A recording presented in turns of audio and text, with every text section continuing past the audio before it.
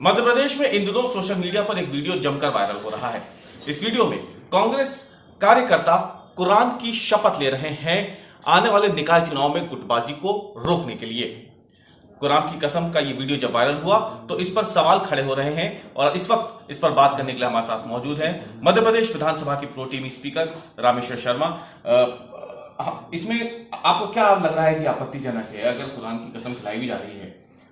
अलग अलग धर्मों की जब हम बात करते हैं तो कहीं वो गीता की भी कसम खिलवाते हैं, तो वैसे में कुरान की कसम से आपत्ति क्यों? मुझे लगता है कि भारत को भारत रहने दें, भारत को इस्लामाबाद बनाने के ढोंग ना रचे। कांग्रेस राजनीतिक हठधर्मी की इतनी नीचे गिरने की कोशिश ना करे। क्या कुरान के आधार पर वो राजनीति भारत के अंदर इस्टेब्लिश करना चाहते हैं? क्या वोटों के लिए कितने स्वरूप बदलेंगे? और जब विधानसभा के चुनाव होते हैं तो रामों के द्वार पर जाकर राम मंदिर के माथा टेकते हैं, कभी हनुमान चालीसा के पाठ होते हैं, कभी कुछ और करते हैं, कभी बहन जाकर जो है संगम के तट पर जाकर स्नान करने लगते हैं। अरे भैया, राजनीतिक ड्रामे कितने करोगे? क्या कुरान आधारित हिंदुस्तान है कि राम आधारित हिंदुस्तान है? कौन सा आधारित हिंदुस्तान है? किस आधार पर आप बैठना चाहते हो? कुरान की कसम खाकर कांग्रेस वर्कर से क्या संदेश देना चाहते हो? क्या भारत इस्लामिक कंट्री है? अरे भारत भारतीय बाबा साहब अंबेडकर के संविधानिक कंट्री है। बाबा साहब के अंबेडकर के संविधान में भगवान राम का पूरा राम दरबार का चित्र संविधान के अंदर लगाया गया है। इसलिए मेहरबानी करके कभी वोट लेने के लिए 90% वोट मांगो। आप हमें मुसलमान भाइयों 90% वोट दे दो, फिर तो देखो हम क्या कर देंगे, हिंदुओं को मार देंगे, मंदिर तोड़वा देंगे, क्या कर देंगे। राजनीति की तुष्टीकरण इतनी मत गिराओ कि भारतीय सभ्यता और भारतीय संस्कृति पर कुठाराघात हो। इसलिए मेहरबानी करके कुरान की कसम खाने वाले लोगों, तुम ये बताओ, क्या राम का विरोध करोगे? क्या महावीर का विरोध करोगे? क्या गुरु नानक का विरोध करोगे? क्या गौतम बुद्ध का विरोध करोगे? या हमको कुरान के आधार पर राजनीति करने के लिए हिंदुस्तान को विवश करोगे? माफ करना, यह बर्दाश्त नहीं किया जाएगा।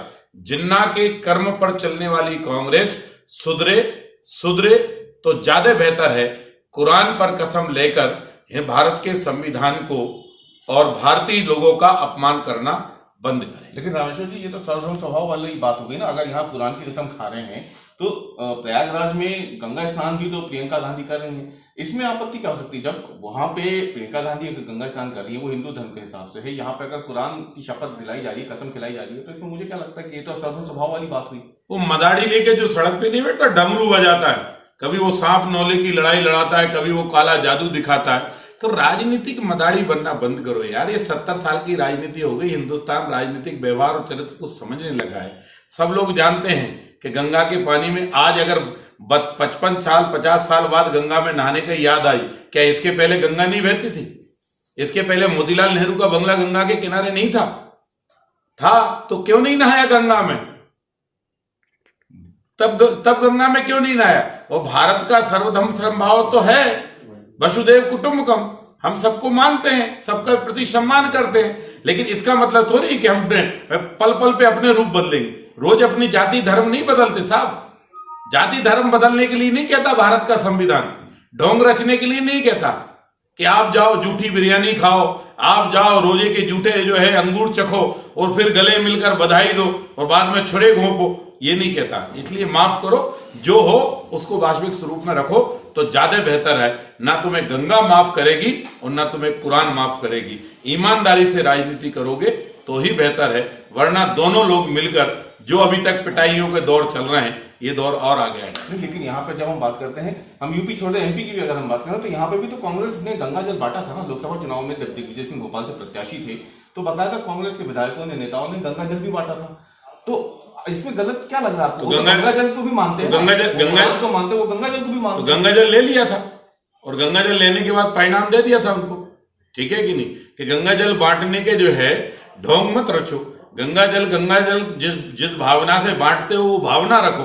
गंगा जल वोट के बांटने के लिए गंगा जल नहीं होता है। गंगा जल अगर है तो मन की शुद्ध पवित्रता के लिए होता है। पाखंडी और पापी लोग जब गंगा जल बांटते हैं तो गंगा ही शर्मा जाती है।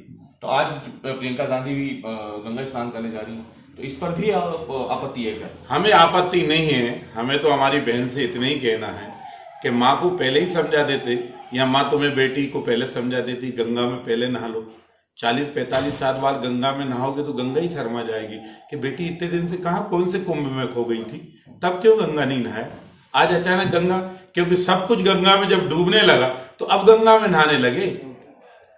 अब गंगा में नहाने से नहीं होता है, अब घड़ा भर चुका है, हिंदुओं के अपमान का घड़ा भर चुका है, भारत के धर्म के विरोध का घड़ा भर चुका है, भारत के संविधान को तोड़ने का घड़ा भर चुका है, तुम्हारे रहते हुए तिरंगे को जलने के पापों का घड़ा भर चुका है, आतंकवाद और अलगाववाद और जातिवादियों को संरक्षण देने वालों का घड़ा भर चुका है। इसलिए अब गंगा भी उफान लेकर ये कह रही है कि जिनने मेरे देश को अपमानित किया है, जिनने राम के देश को अपमानित किया है, जिसने शिव की जटा से निकली हुई गंगा को अपमानित किया है, अब वो गंगा नहाए भी तो भी कुछ नहीं होगा। अब तो वैसे ही होगा जैसे 100 चूहा खाकर बिल्ली हज को चली।